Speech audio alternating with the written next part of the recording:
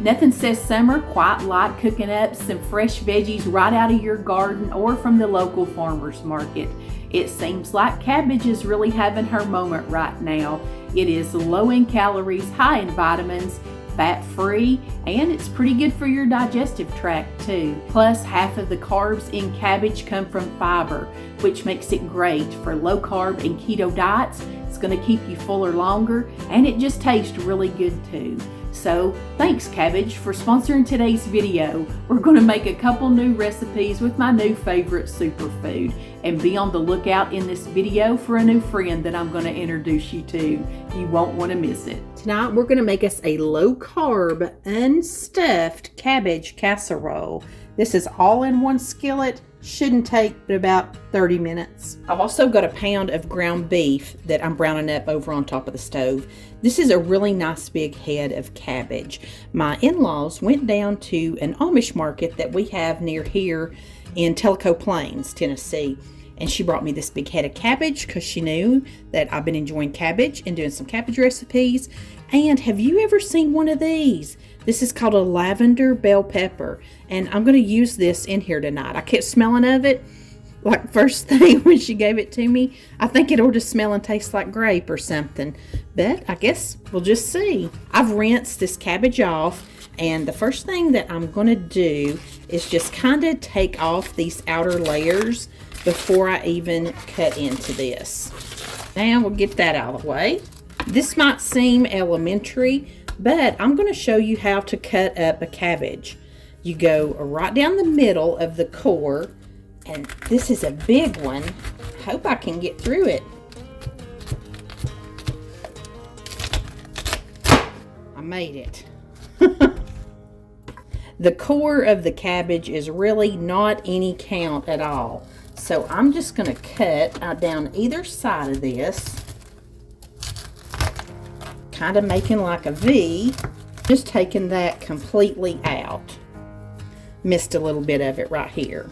The reason that I wanted to show you this is because I only recently started cooking with cabbage. For the longest time, I thought I didn't like cooked cabbage. So I had no idea how to actually cut up a cabbage and prepare it. 50-something years old and never messed with it before. This recipe just calls for a small head of cabbage, and this one was really big, so I'm just going to use about half of it. I'll slide this one back in the fridge. Now I'm just going to cut it right down the side in kind of thin layers. It will sort of shred this up as it's cutting. Being completely honest with you, when I make coleslaw, I buy that cabbage that's already shredded in the bag, and then I just chop it up a little bit more with my hand chopper. Now, just kind of toss it around, and you can pull out any of the hard parts that I didn't cut out. And that is probably too much cabbage. That is a lot. This lavender bell pepper, it tastes just like a regular pepper.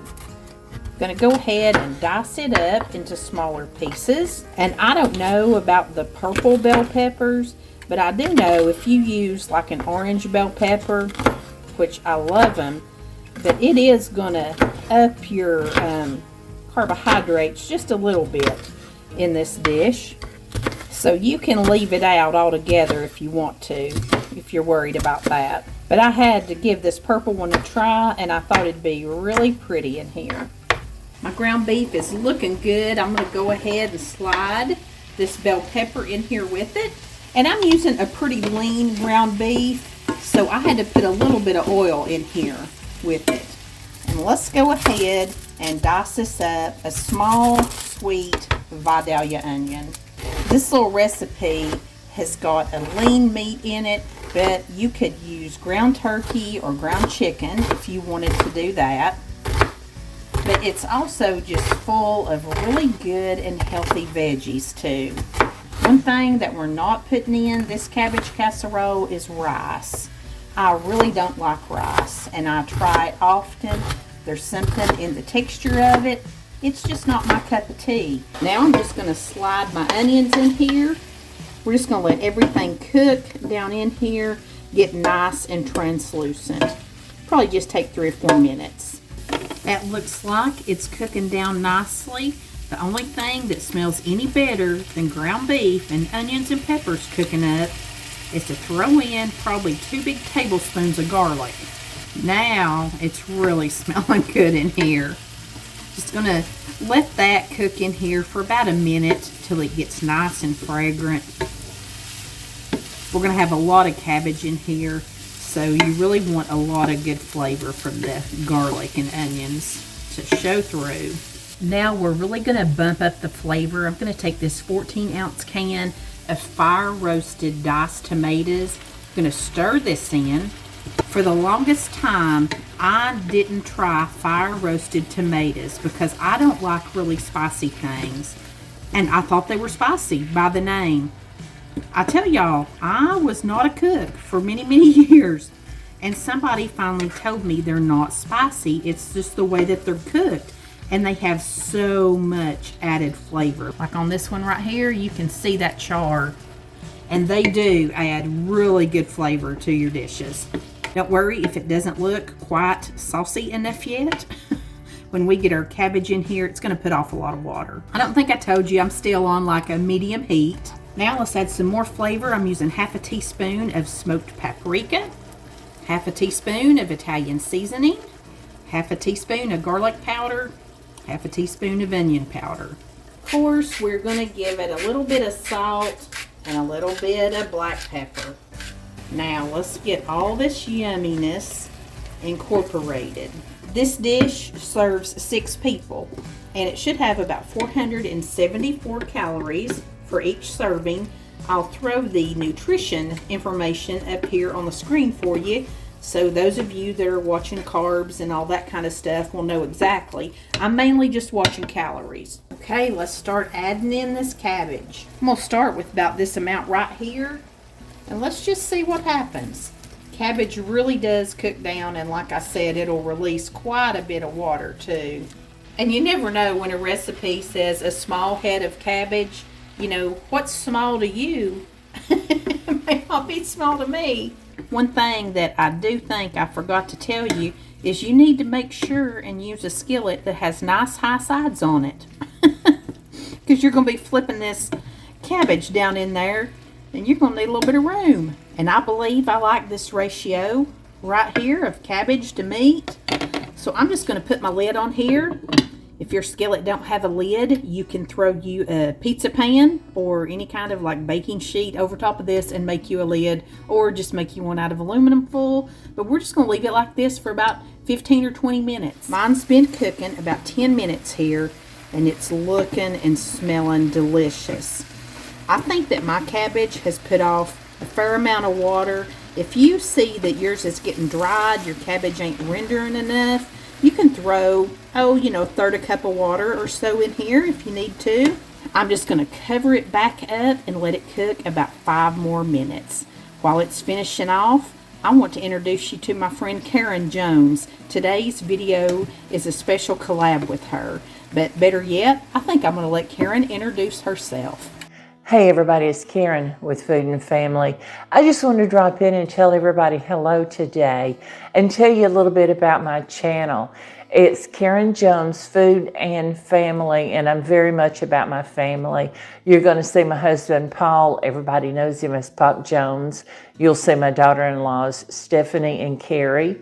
You're going to see my sons Chris and Brandon, and my grandsons Dalton and Parker. You might even see a brother or a nephew pop in. So I hope you stay around and check out our channel and see the delicious, delicious foods that we make. We're in Central Alabama where it's hot and humid, but we do just good Southern cooking that we grew up on, and that's what we'd like to do, and we'd love to share with you. But today we're doing a collab between me and Melanie in the kitchen with Mama Mail. So I hope you'll enjoy the videos that we share with you. And stop in and say hello. I certainly appreciate it. Thanks everybody. See you soon. I mentioned that this recipe was keto friendly and low carb. It's also gluten free. One thing that I really appreciate about this low carb girlies They ain't afraid of a little cheese. So we're going to put some cheese on here. I'm using a blend of some mild cheddar and Monterey Jack. This is probably about 1.5 cups that I'm using. I'm just going to put my lid back on here long enough for that to get nice and melted. Oh my goodness, that is starving me to death. Let's dish it up. We really enjoyed this little casserole. I loved the fire roasted tomatoes in it and all the garlic. It had so much flavor with all that little medley of seasonings we put in it. This one, even though it seems like with the ground beef and the cheese, it's more of a fall meal, this had a really summery taste to me. I guess it's just all the cabbage in it. It wasn't very heavy. I ate, in fact, this whole bowl. I wasn't going to eat all that, but I did because I didn't put any sides with it. You've got to make this one. It's really good.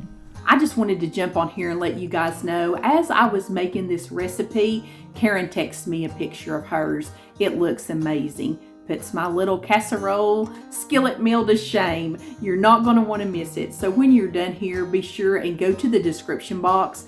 Click that link to Karen's video so you can see what she's made. I'm not going to give you any hints, but you don't want to miss it. And if you're here from Karen's channel, welcome. Thank you so much for being here. I hope you'll stick around.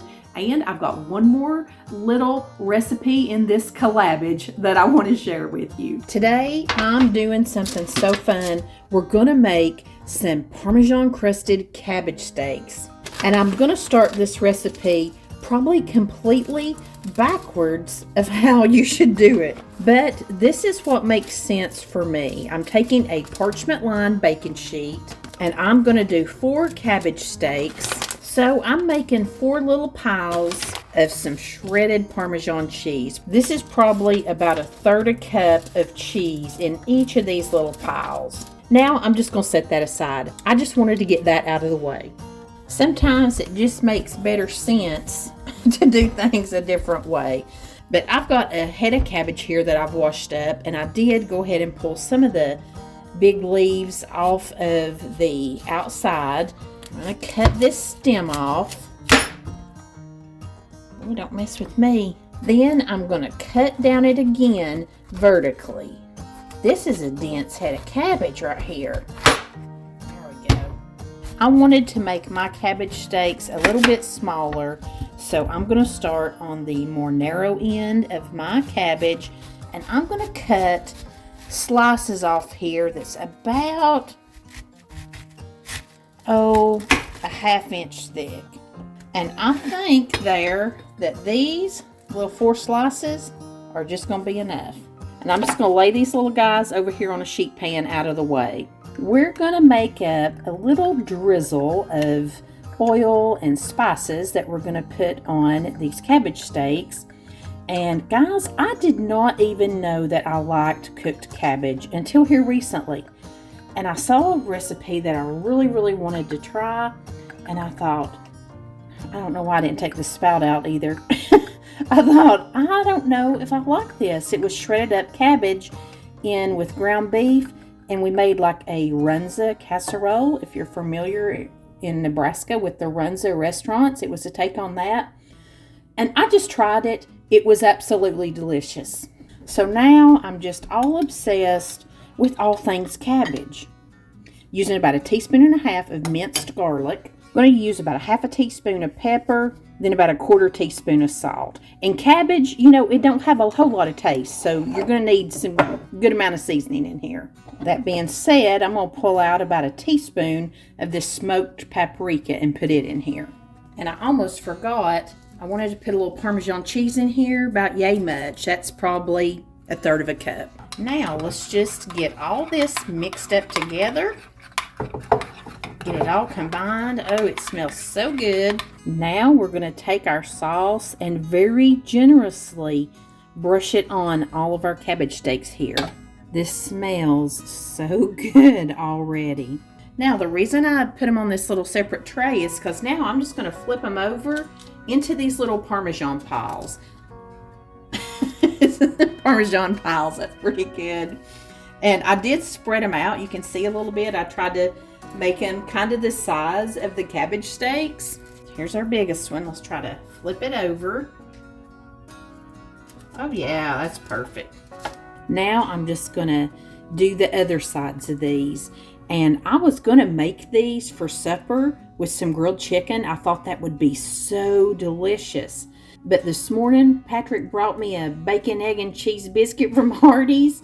So I decided we'll probably just have something like a salad tonight. And I probably need to have it really light at lunch. So I'm making these to eat for lunch. Now I'm gonna put these in a 425-degree oven for about 20 to 25 minutes. I'll let you know how long mine take. This is so different than anything I've ever made before with cabbage. I went ahead and cut me a little piece here to try. It's really hot. I'm not eating this whole plate of these either. Hang on. I didn't get all the way through it. I did drizzle some of that balsamic glaze that I have from Aldi on here. And you could just drizzle it with balsamic vinegar as well. There we go. I didn't want to miss that Parmesan on the bottom of this. And I thought after I put these in the oven that this would be a really good thing to make in the summer out on the grill or the smoker. And I did pull mine off of that one pan after 20 minutes and I put them on another pan because I felt like they were a little greasy and they needed to get crispy. So a total of 25 minutes.